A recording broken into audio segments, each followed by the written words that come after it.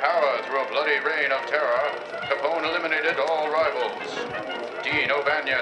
Bang! Jaime Weiss. Bang! The Bugs Moran Gang. Bang, bang, bang!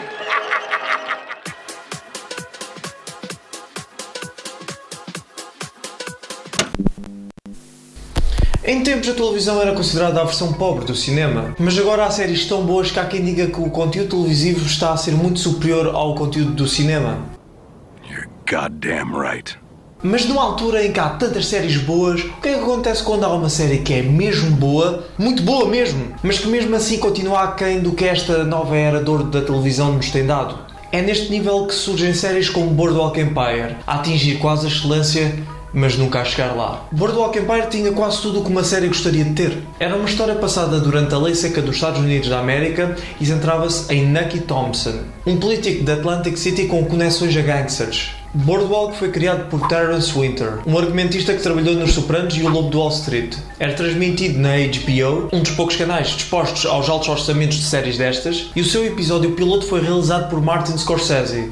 E como era de esperar para uma série com calibre destes, ela também foi recebendo vários prémios e críticas positivas. E chegou a 5 temporadas, um número respeitável para uma série que sempre tinha tido um tema muito niche para ser mainstream. No entanto, a duração de Boardwalk Empire também foi marcada por inúmeros artigos que se questionavam porque é que, apesar da sua qualidade, a série não estava a manter a maior parte dos seus espectadores agarrados. Ainda por cima isto era numa altura em que estava a competir diretamente com outras séries de alta qualidade. E tudo culminou numa última temporada, mais curta do que o habitual, que teve de passar 7 anos à frente na sua narrativa. Desde aí tudo o que resta da série é um legado fraco, com menos pessoas a falar sobre ela do que de outras séries da HBO que duraram ainda menos, como o Roma e o Deadwood. Como é que isso aconteceu? Como é que uma série tão boa foi tão facilmente esquecida? Devo já avisar que este vídeo vai ter spoilers da série e do seu final. Por isso, se não a chegaram a acabar de ver e não querem saber de detalhes importantes, então é melhor desligarem o vídeo. Comecemos então pelo início. Boardwalk Empire tinha a promessa de ser uma janela para os loucos anos 20, algo que juntaria figuras históricas com personagens fictícias. Em si, facto com ficção.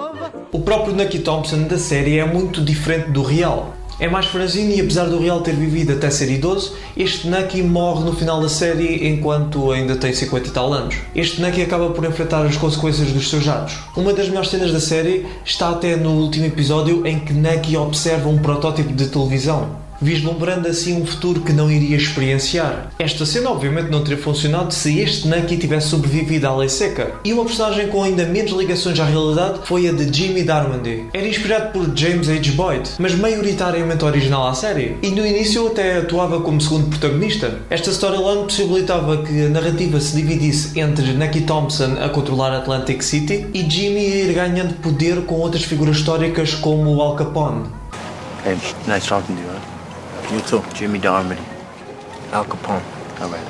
Ok, então o Boardwalk Empire era mais ou menos como a série Roma. A janela para um tempo único, mas com liberdades artísticas em benefício do drama e da história. Assim, até aficionados pela história da lei seca vão ver eventos que não vão conseguir prever. Desta forma, a primeira temporada passou na televisão em 2010. Foi relativamente bem recebida e teve alguns bons momentos, mas em geral foi um pouco esquecível. Isto porque não parecia ter um rumo. O drama não foi integrado bem o suficiente nos conflitos dos gangsters e os adversários principais à estabilidade de Nucky pareciam um pouco peixe pequeno.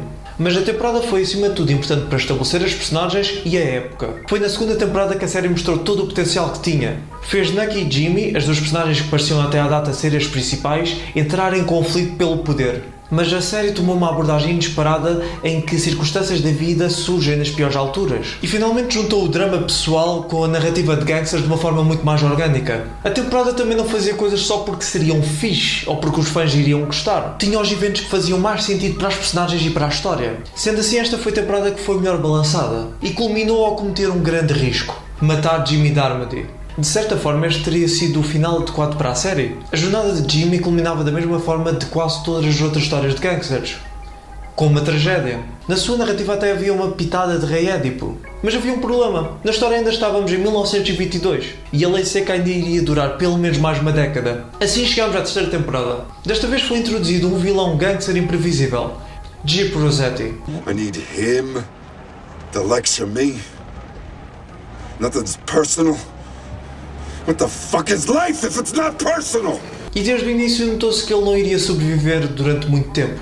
Nesta temporada a história ficou muito mais pulp, menos centrada no drama, mas mais nas surpresas. E em si foi a temporada que mais conseguiu entreter. I got a gun. He got a gun. He got a gun.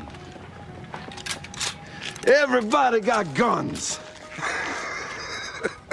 Mostrou outro potencial que a série tinha, mas também introduziu vilões e conflitos que nunca tinham existido na vida real. Não seria um problema se isto fosse uma série que chegaria de certeza às 10 temporadas, mas como as visualizações e o historial da HBO mostravam, desde a primeira temporada, isso não é algo que iria acontecer. Depois veio a quarta temporada, que na minha opinião foi a mais fraca. A única narrativa interessante foi a de Richard Harrow, uma das melhores personagens secundárias das temporadas anteriores, que aqui recebeu uma morte um tanto deprimente, mas que fazia sentido. De resto, mal me lembro do que aconteceu nessa temporada. Até o novo vilão Dr. Narciso não merecia ter sido o centro da história durante toda a temporada.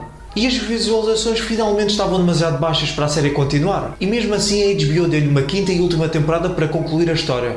A única limitação é que esta só teria 8 episódios em vez de 12. Ainda por cima, como os criadores da série queriam que esta acabasse durante o final da Lei Seca, a narrativa foi obrigada a saltar 7 anos. Mas havia um grande problema, porque a narrativa estava projetada para durar muito mais tempo. Por isso várias storylines tiveram de ser apressadas ou esquecidas. Por exemplo, Arnold Rothstein, um mafioso que tinha sido central nas temporadas anteriores, morreu historicamente em 1928. E como a série saltou no tempo, ele simplesmente desapareceu da história. É só mencionado por umas quantas personagens como tendo morrido uns anos antes. Em termos de drama, isso é incrivelmente anticlimático. Boardwalk também passou à frente do encontro de gangsters de 1929 que moldou a máfia como a conhecemos hoje. Era nesta altura que Boardwalk teria beneficiado de ter tido mais algumas liberdades históricas, mas parece que só decidiram fazer isso com Nucky, o que em si tornou o seu destino uma repetição do de Jimmy. Se tivesse vivido até a série 12 como o Nucky real, isto teria dado à história um final diferente do de quase todas as histórias de gangsters.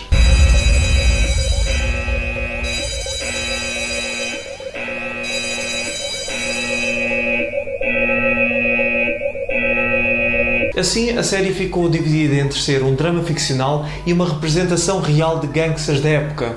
E tal como Nucky no final observou um futuro que não viria a experienciar, também a série esteve sempre perto de ser uma das melhores do seu tempo. Mas tal como Nucky, o seu tempo chegou ao fim antes do que estava à espera. Up above the world so high, like a diamond in